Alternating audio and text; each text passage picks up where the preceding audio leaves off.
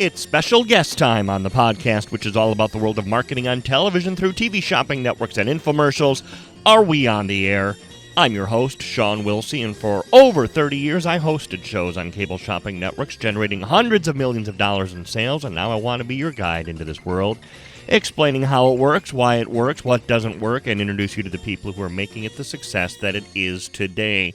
And helping with the evolution of the industry is going to be my special guest, Marvin Segel. We'll bring Marvin into the conversation in just a moment.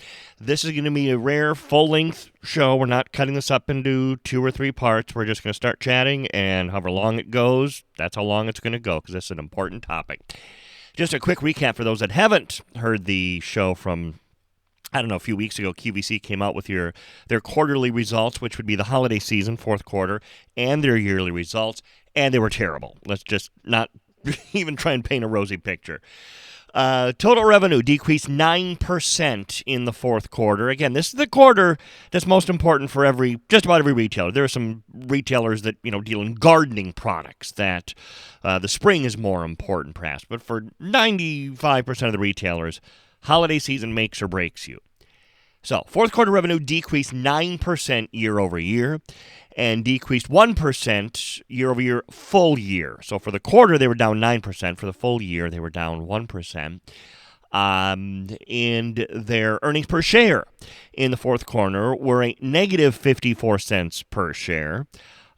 Full year, positive 82 cents a share. Adjusted diluted earnings per share. And I don't want to get overly technical into all of this here. If you watch CNBC, you can appreciate these numbers. But the QVC and HSN revenue, this is the important one. Because remember, that's Q rates full with the other businesses. QVC and HSN revenue decreased 7% in Q4. So that's just what the revenue from QVC and HSN. And 3% in the full year. Q3 wasn't as bad. Quarter 3, not as bad. Q4, that's where they really start to go into the toilet. Last September of 2020, I had Marvin on, and we had a conversation about QVC, what the future is, and can they adjust their business model in order to fit with the modern-day consumer. So let's take a quick listen. This will go back to September of 2021. Will they pivot? I don't know. But history says that large companies don't pivot really well. Amazon, okay? I love Amazon.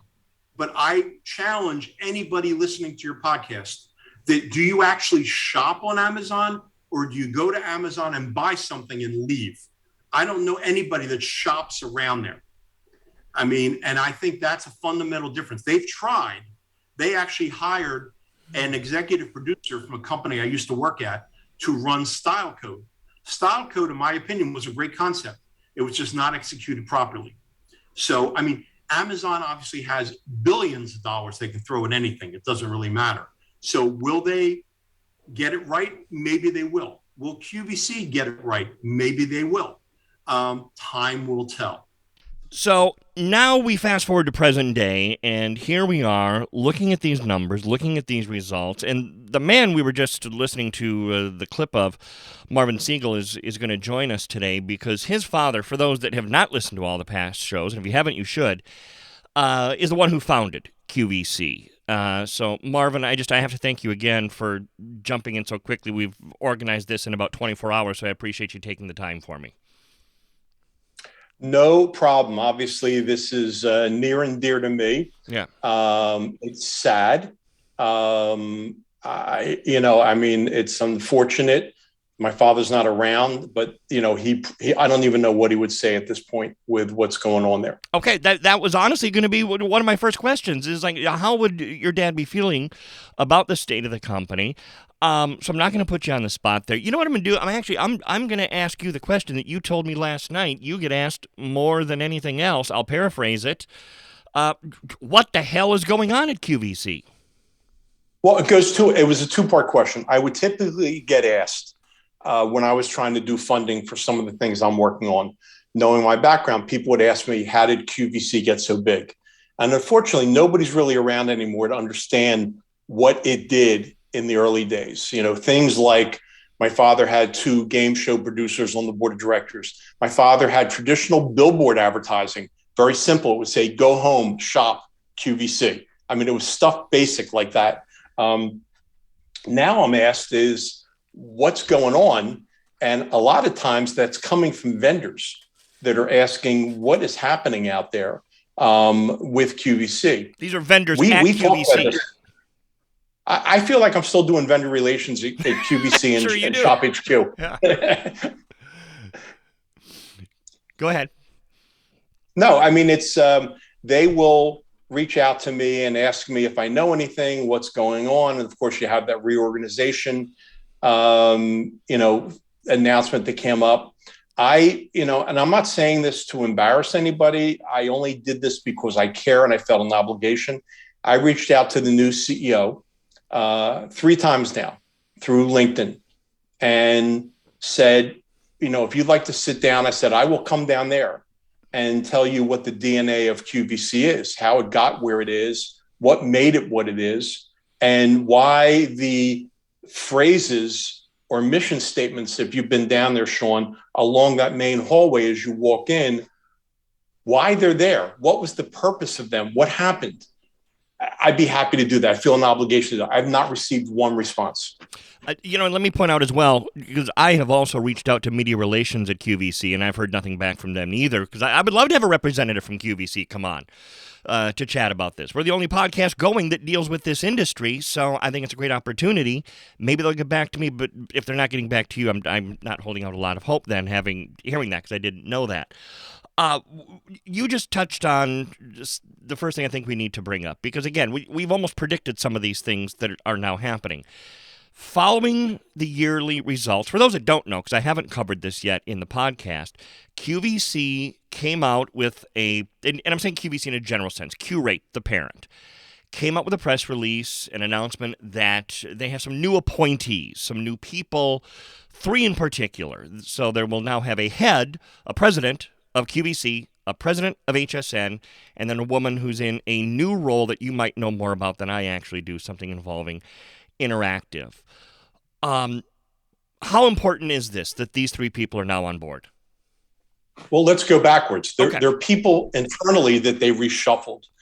What they did was after the merger, after Liberty Media combined QVC and HSN by the parent company Q-Rate, and I think it's called QXH, they did something I think that was interesting. I'm not saying it was good, in that they combined vendors and cross-pollinated the vendors.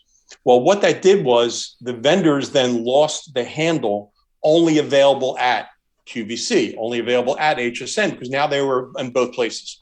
So they lost that handle. That's number one.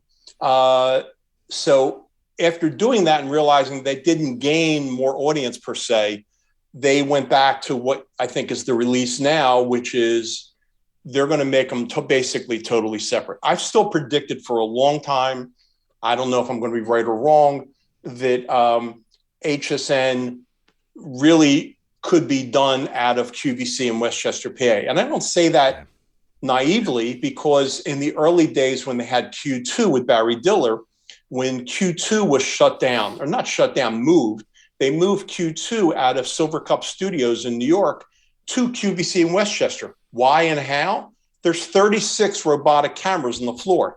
As you know, it takes 3 to do a show. That's it. I mean, maybe 4 or 5 if you want to get really crazy, but no more. They have a lot of excess capacity there at that studio. And I always felt that would happen. And then, my being a guy, I guess, and being, stereotypical, I thought they were just going to sell off the facility to one of the sports teams because its location would be perfect for that. That was my prediction. We'll see if you and I make a gentleman's bet on that, what actually happens. But I think the fundamental problem goes back to a conversation we had a while ago, which is when we were trying to acquire the team a couple of years ago, Shop HQ, I had a slide. And then that slide, I had the show hosts at the major channels and my daughter's social media. And at the time, and I think it's probably still the case today, my daughter has more social media than any show host on a shopping channel. And that's the pivot that I don't know that they're going to make. They've tried. I apologize for people maybe hearing this again, or it's a recap. When I was producing a show for Dr. Robbie Ludwig on Facebook Live, and she's very famous, she's a therapist all over the place. Our show was upwards of 30,000 views, which was substantially more, double or triple more than what QVC was getting with Beauty IQ.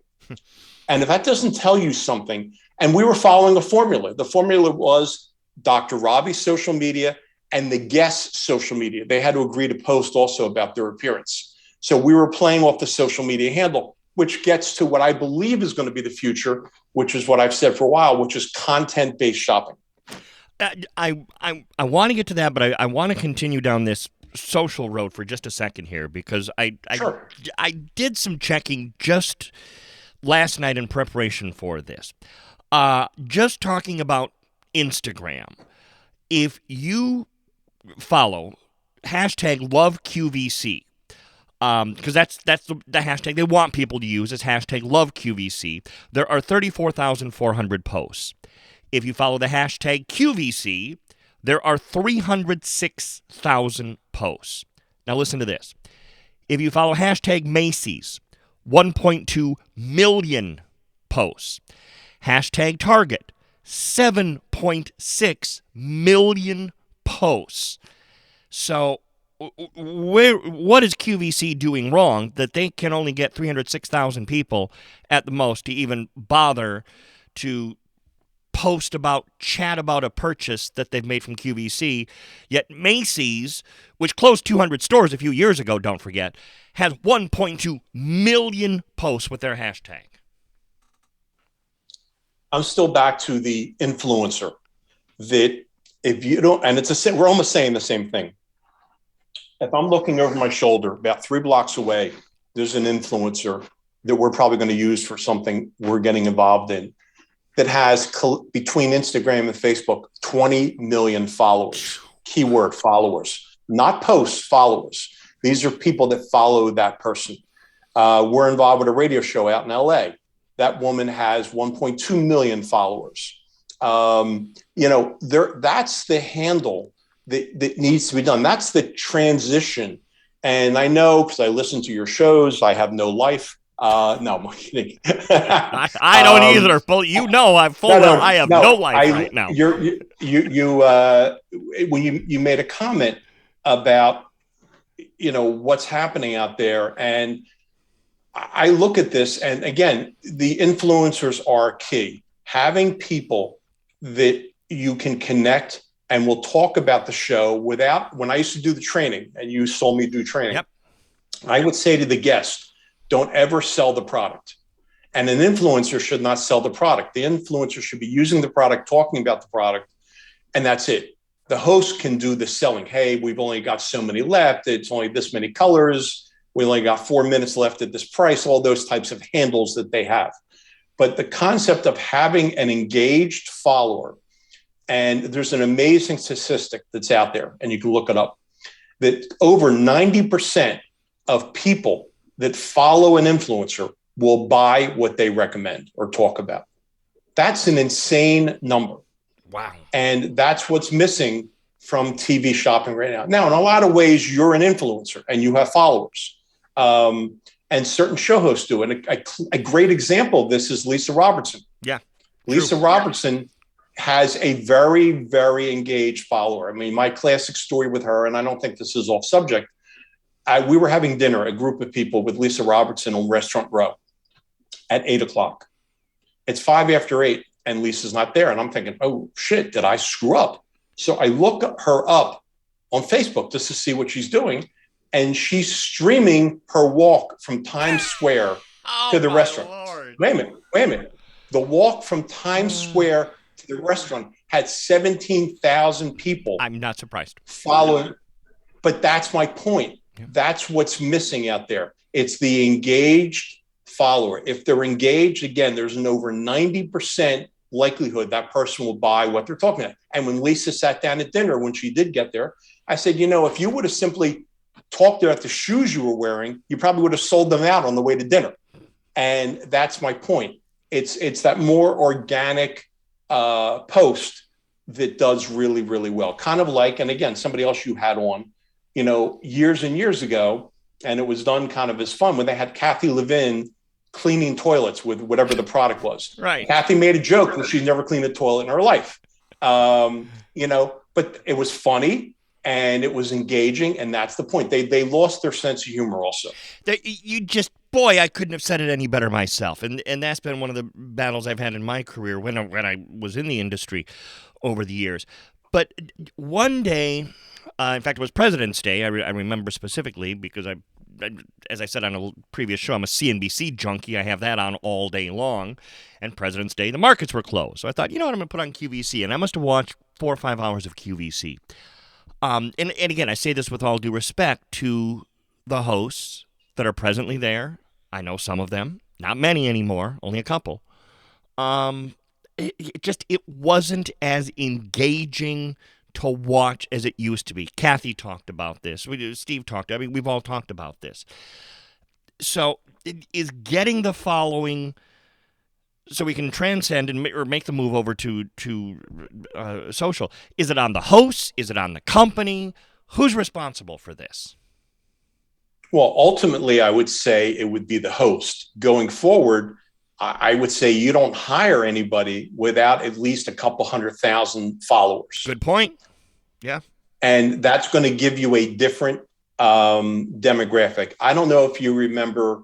Do you remember Allie? That was the youngest host at Shop NBC, Shop HQ. I haven't. She's now at QVC. Yeah, she's one of the couple that I still know at QVC. Yes. Right. So Allie, I used to do. I would produce from the control room the chat with Invicta. I would be monitoring the posts, and we would put them up on a screen. That feed would actually come from my computer, sitting next to the producer, and I would sit down with the show host before the show and go over how we were going to do this. So there was a note, I guess, in Allie's email. She comes into my office. You remember where my office was, right near John Stoltz, near broadcasting. She comes in. She goes, "What can I do for you?" I said, "Well, we're doing the Invicta show tonight, and I'm going to be in the control room handling the Facebook Live chat." And she goes, "You mean we're here to talk about Facebook?" Now, again, this go back a couple of years ago. She just very calmly says to me, she goes, "Marvin, Facebook was made for my generation. Is there anything else?"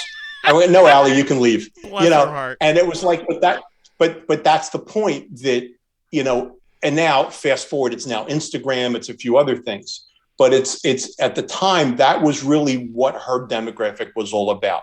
And nobody was really doing it correctly. And that, to me, we won't engage with somebody unless they have a few 100,000 followers. We have people on your networks that have hundreds of thousands, if not 1 million followers. Chef Wendy has over 1 million followers. I mean, that's the model. The model is to have somebody with a following talking about the usage of a product, not selling it, just embedding it in their video. And then we're going to use technology going forward where you're going to be able to click anywhere on the video. Right now, if somebody was watching this show, they could click on you and say, like Shawn, follow Shawn.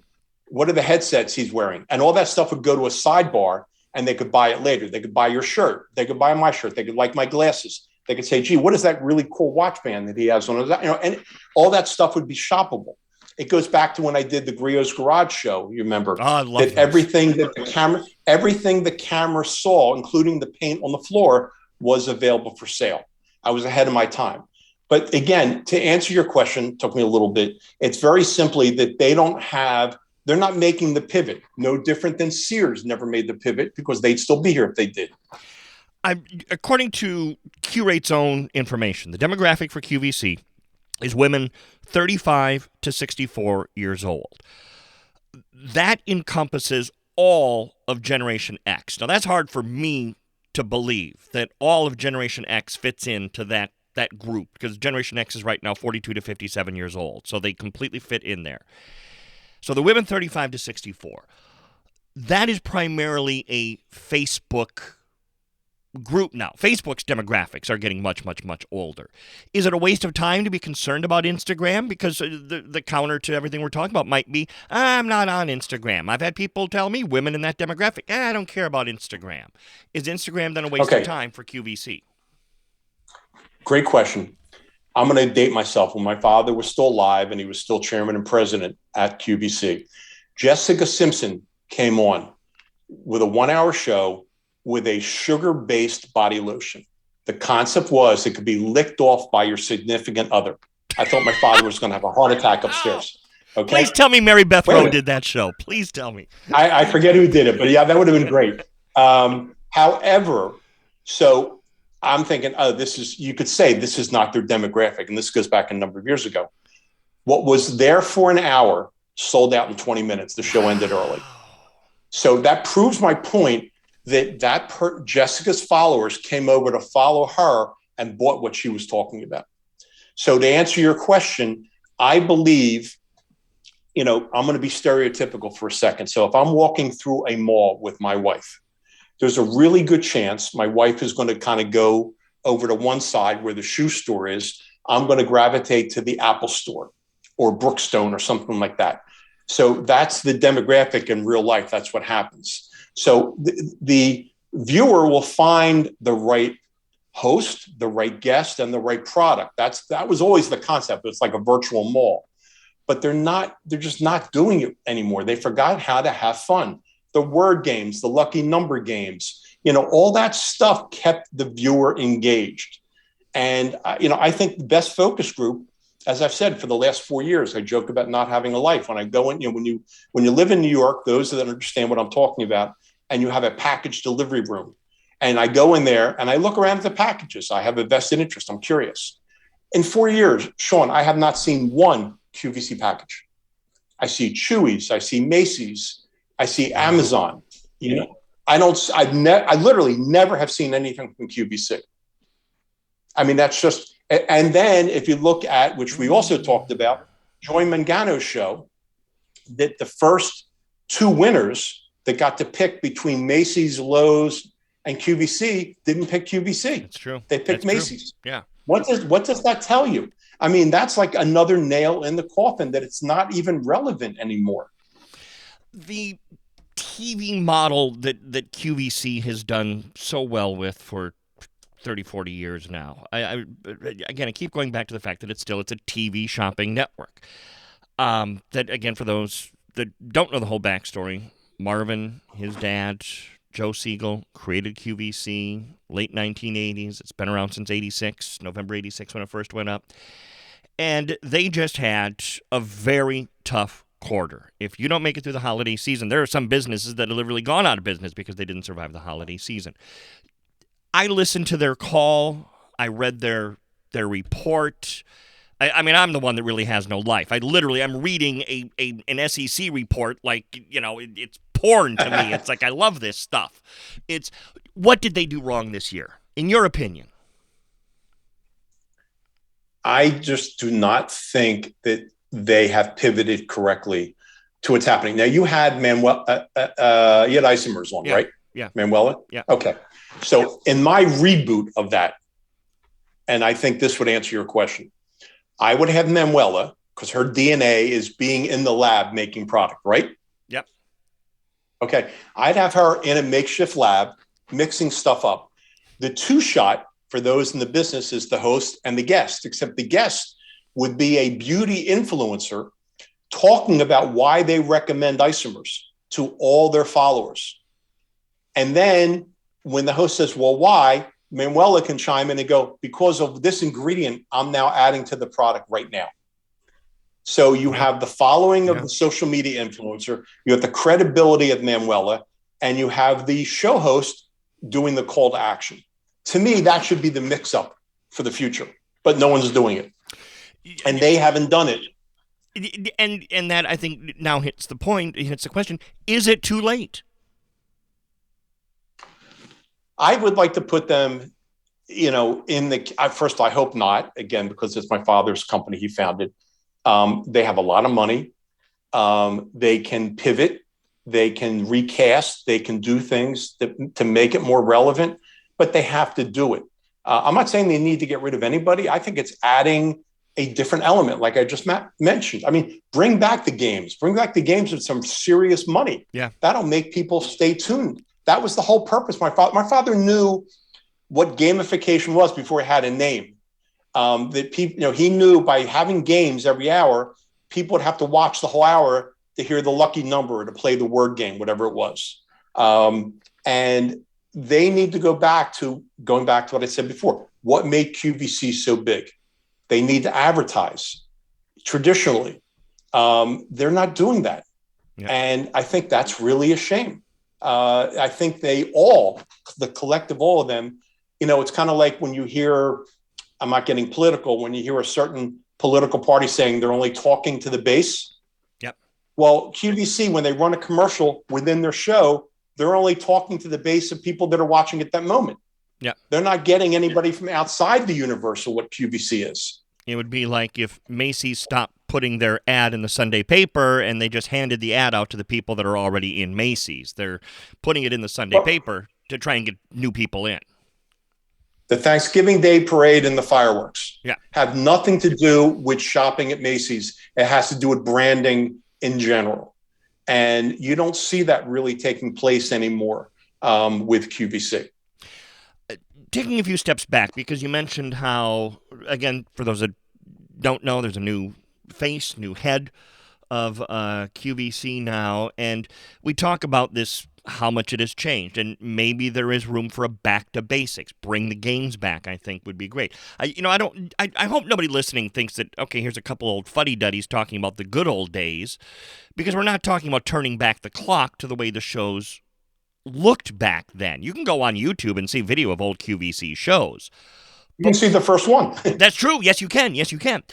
But they were successful, and there were foundations that were lying there. Something you might find interesting. Let me find my notes here, because with that day I was watching, I noticed something that had changed from the early days of QVC. And maybe this is something, maybe it isn't. I don't know. But Marv, I will, if you can explain, what's the best steakhouse in Manhattan? I mean, you could be Peter Luger's. I mean, there's a few of them that are iconic. I love American Cut. I mean, there's a couple of different ones, Okay. Of those, you pick one. I will fly to New York, and I will buy you a steak dinner if you can explain these pricing handles to me. Because just in the 3 hours I was watching QVC, I saw an item sold at QVC price. I saw another item sold at clearance price. Then they had the TSV. We all know what that is. Then they had an item sold at big deal price, an item sold as today's bonus buy. They had an item sold at feature price. They had an item sold at sale price. Then they had an item sold at today only. What the hell does any of this mean? And they did the same thing at Evine, Shop NBC, Shop HQ, where they started to overuse the handles. I mean, today's top value.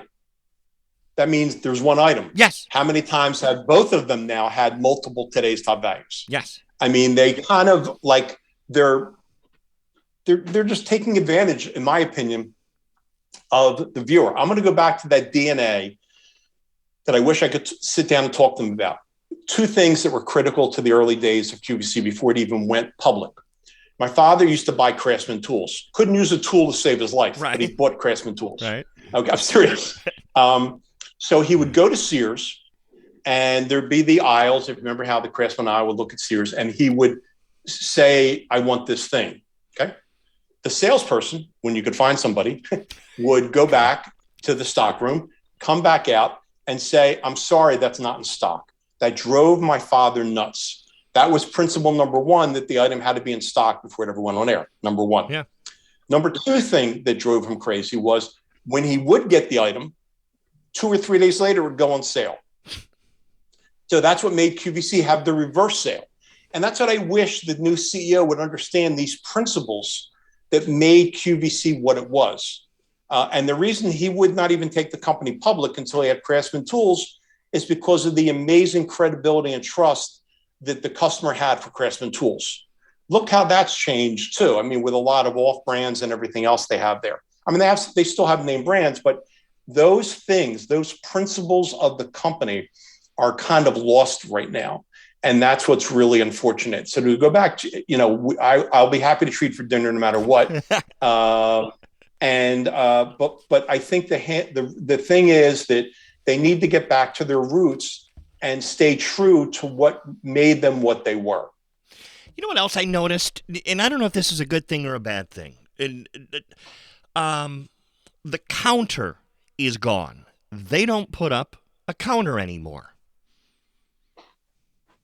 Well, I would wonder, I don't know, is that a function of how many have actually sold? I don't really know. It used to be, you have two reasons people buy. Yep. People buy because they don't want to be left out, fear of being left out.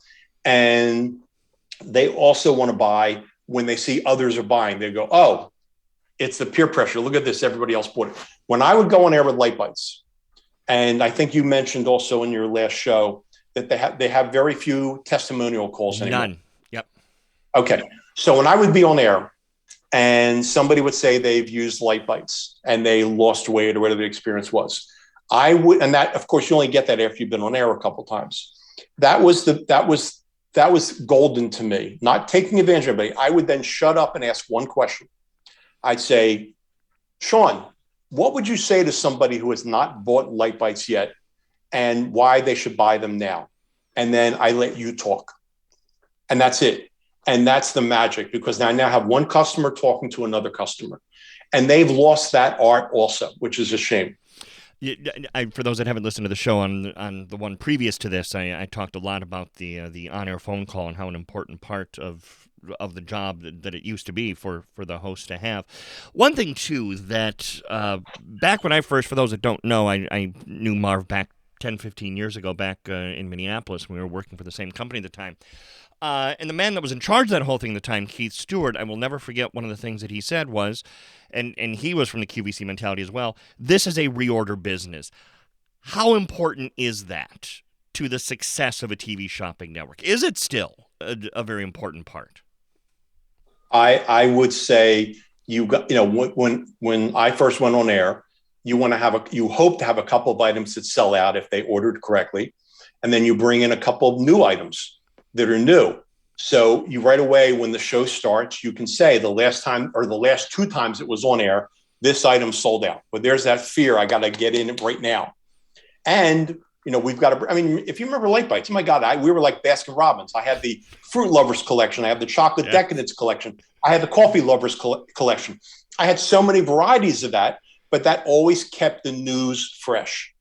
And that was very important. So you always had new along with the reorder. And another way, in my opinion, of saying reorder is auto delivery. When people are constantly getting an item because they love it and they don't even have to watch, that's a double-edged sword, because now they don't have to watch a show. That's the reason to also have new. It's that fine line of a mix of, what is right. And by the way, going back to your thing about all the different pricing handles, I swear they make up those rules on the fly.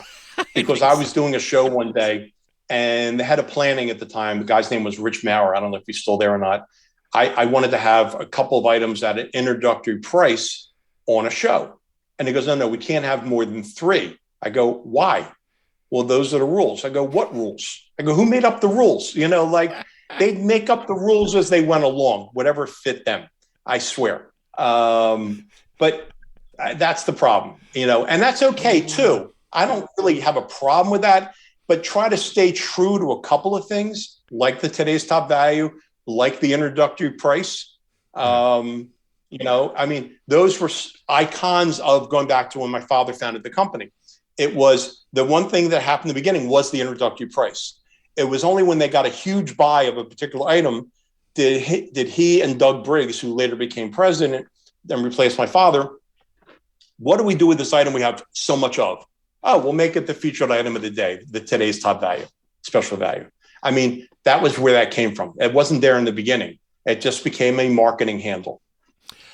One of the things I've noticed too, and this was, again, the comparisons that I make sometimes I know are a little offbeat, but there's always a reason for it. On the last show, I played the little clips of Family Feud and how that show has evolved yet stayed the same. One of the reasons for the success of that show is also there's always a new viral video. Some contestant says something stupid, and so the video of this contestant on Family Feud goes viral. When is the last time anything from any shopping network went viral? It's like they're not important in pop culture anymore.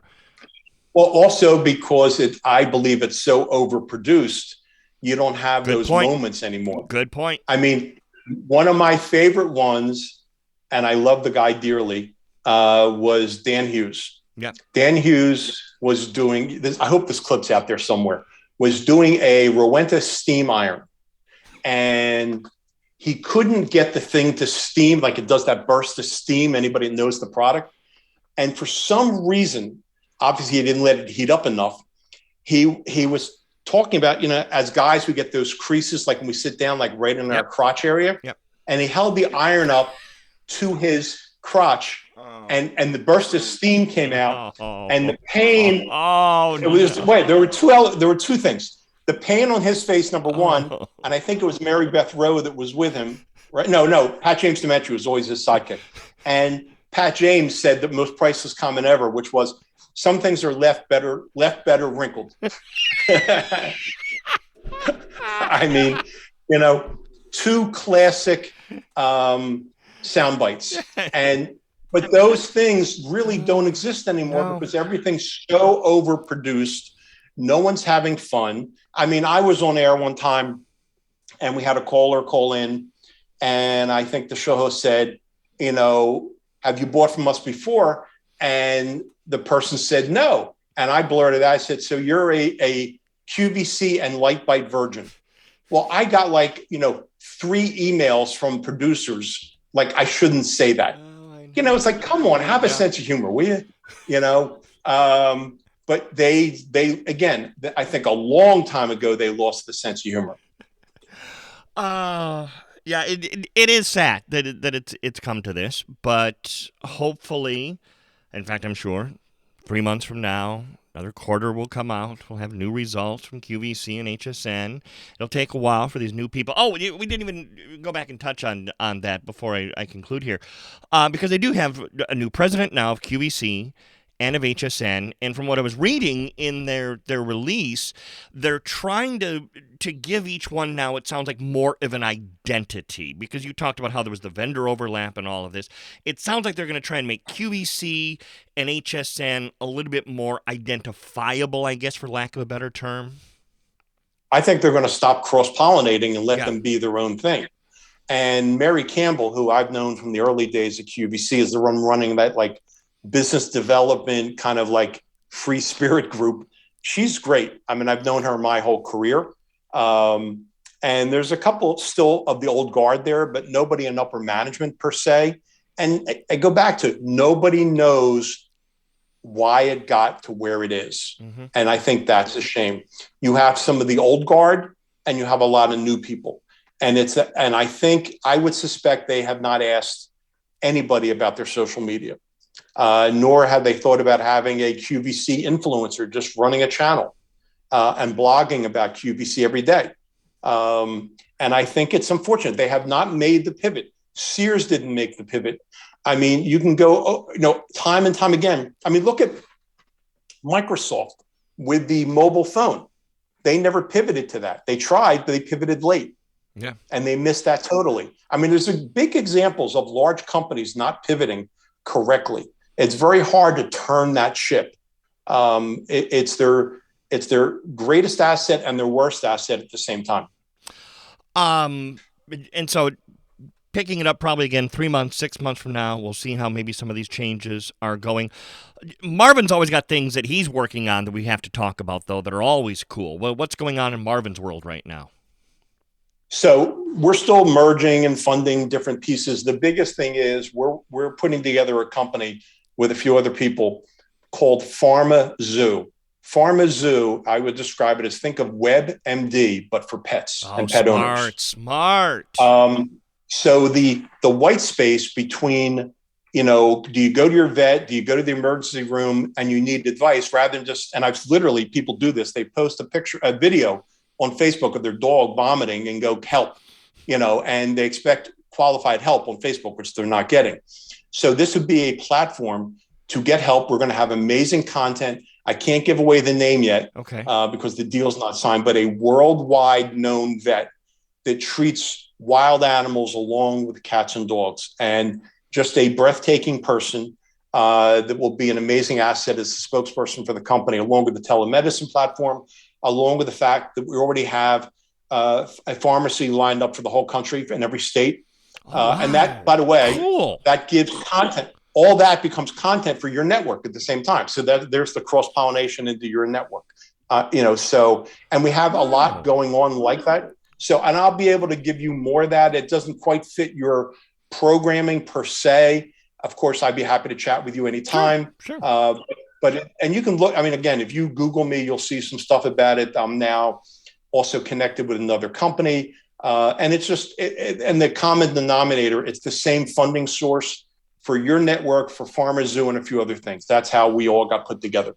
By the way, I got to give your networks a quick plug here, because a couple days ago, I was sitting around in the afternoon I was doing some of the research for this show that we're doing today, and I thought, I want some music on, and I remember that you have music on there's some really kicking music on your website. They are singers and songwriters that nobody has heard. It's great music videos. I'm very proud of that segment of your network. Thank you for the plug. Yeah, everyone go check that out, because there's no matter what your music taste is, there's something there for you. I was very pleased. And my one other favorite thing is the interview with Premium Pete and Ice-T from Law & Order. It's a 2-hour interview in Ice-T's home. If you're a fan of Ice-T and a fan of Law & Order, you have got to watch that interview. It's phenomenal.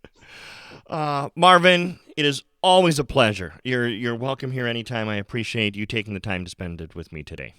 Okay, steak dinner on me. You just tell me where and when. Listen, I don't know why I didn't think about that. I have a ton of free time at the moment, so I should take you up on this. Anytime you're in New York, you come in, I'd be happy to do it. Thanks a lot. Marvin Segel, everyone. Okay. And just in time, too, because there's our time's up signal. Hard to believe the time went so fast for this show, but it always does when we're chatting with Marvin, and we appreciate him being here. Now, please subscribe wherever you get your podcasts so you do not miss a show. Spotify, the most popular one, Apple Podcasts, Odyssey, iHeartRadio, the radio apps. It's on most of the podcast apps, so you can listen to the archive of past shows. Find me on Twitter, Facebook, YouTube, and, of course, on Instagram. And, of course, don't forget to check out everything Marvin is involved with as well. That'll do it for this edition of Are We on the Air? This has been a King Bobby production. Yes, I know, Travis. That's why we give such bargains.